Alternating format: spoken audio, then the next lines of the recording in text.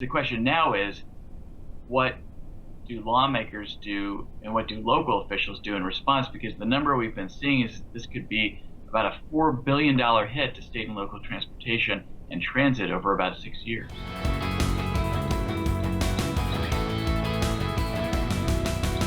Hi, I'm Scott Leadingham. Thanks for joining us here in the unique Northwest. The election of 2019 is over, and now we start looking at some of the results as they come in.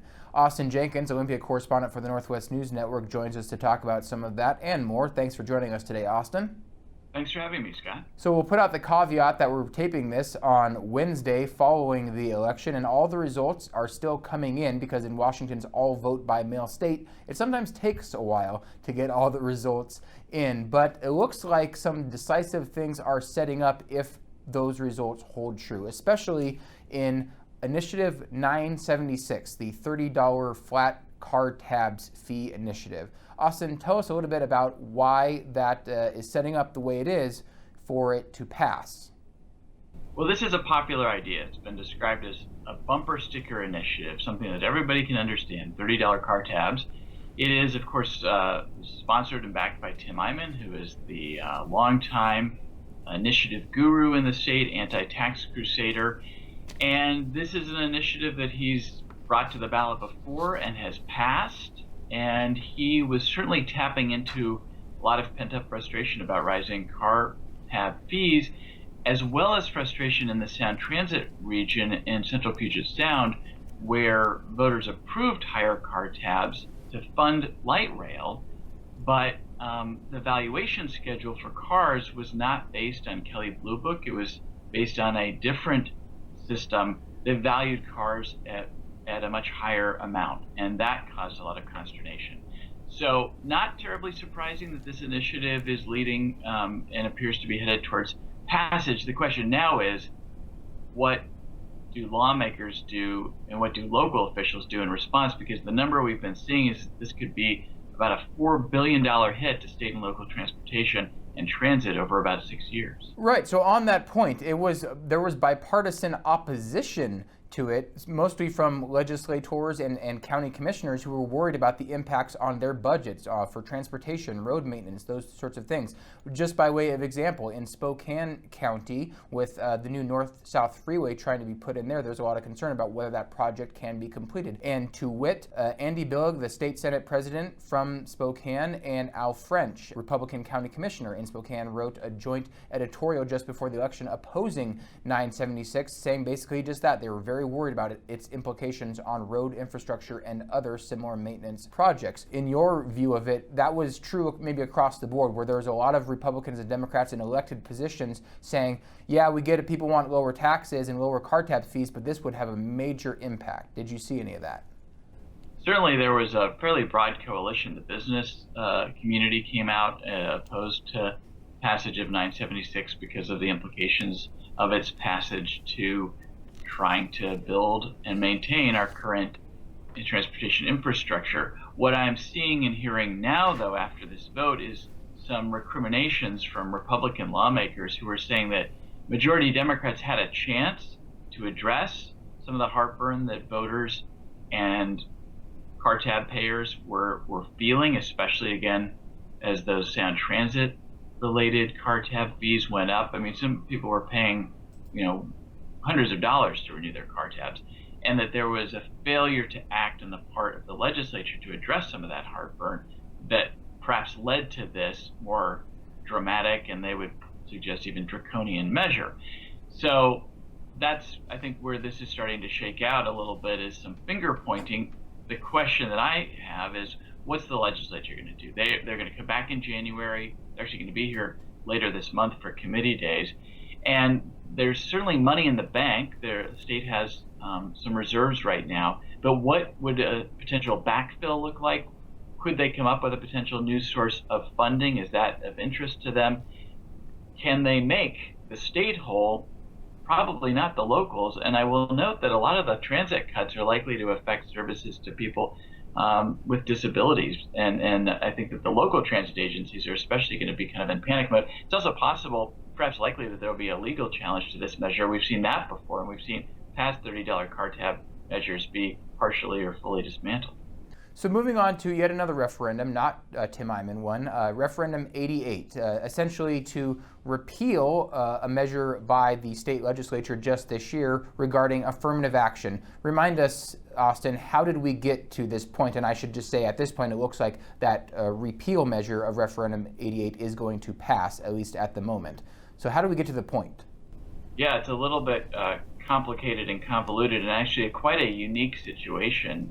So unique that Ballotpedia put out a little memo and briefing on this, because what happened is the supporters of affirmative action filed an initiative to the legislature, gathered the signatures necessary and qualified it, and then it went before the legislature this year. And at the very end of the legislative session, majority Democrats passed the initiative to the legislature. So they approved the initiative and the new affirmative action law to bring back affirmative action measures in state contracting, employment, and education.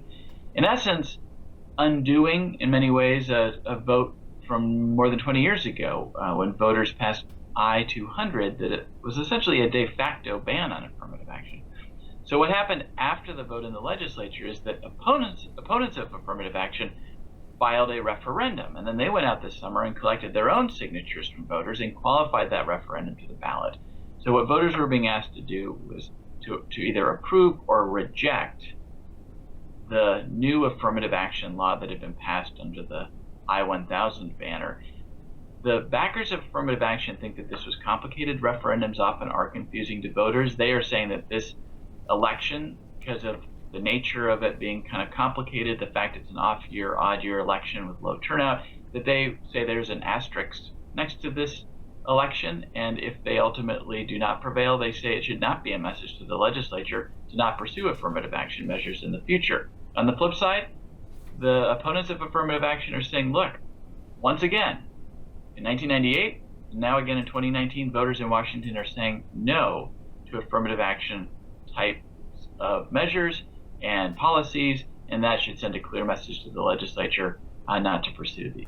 Austin, there was an interesting coalition lining up on both sides of this issue. You think of affirmative action often as like, well, wow, maybe minority or traditionally underrepresented groups are all going to be lockstep in favor of it, but that wasn't necessarily the case here. For example, those who were opposing the affirmative action law, wanting to pass this Referendum 88 this year, was in large part a large coalition of a lot of Asian American groups, and that stood in contrast to those who wanted to keep the affirmative action law at the state level, a lot of African American groups, and I should note, a coalition of 3 former Washington state governors, 2 Democrats and 1 Republican, one of those Democrats being Gary Locke, who is himself a Chinese American. So not all Asian American are in lockstep against the affirmative action idea. So a lot of kind of convoluted groups intertwining there. Can you just outline briefly what were some of the arguments on both of those sides of those coalitions? Sure. On the supporters of affirmative action were saying that the effects of I-200, which passed in 1998, were clear, demonstrable, and negative. They point to to a declining percentage of state dollars spent with women and minority-owned businesses, for instance, in state contracting. There was also just the argument that when the state or when the public universities want to go out to recruit and reach out, do outreach to underrepresented groups, to minorities, women, veterans, that they're limited in what they can do, sort of handcuffed, and that these policies would allow them to go out and reach those underrepresented groups and encourage them to be applying and to be participating in these opportunities. So that was the argument that on the side of supporting affirmative action, that there are historical inequities that need to be righted, and the only way to do that, or a key way to do that, would be to create some policies that would allow for outreach, recruitment, but not quotas or preferential treatment under the law. On the flip side, and you're right, it was specifically a group of Chinese immigrants who had come to this country, many of them from Seattle's east side, who said that they feared, very specifically, that their kids would have a harder time getting into public universities, that they would face, in essence, some sort of discrimination or pay a penalty if this passed. And they said it was unfair and that we should not be pursuing policies that favor somebody perhaps based on race or gender or other factors like that. So that's kind of how this broke down. You're seeing a picture here of the opponents in their t-shirts during the legislative hearings. They were very organized, and they moved very quickly once this passed the legislature to get the signatures to get on the ballot. And again, it appears tight, but they, right out of the early returns certainly seem to be prevailing. Okay, so moving out of this year's election and into maybe something more long-term that you've been covering, and we've talked a little bit about before, but you're continuing your coverage, and that is the issue of jail deaths in county jails in Washington and Oregon. You've done a lot of coverage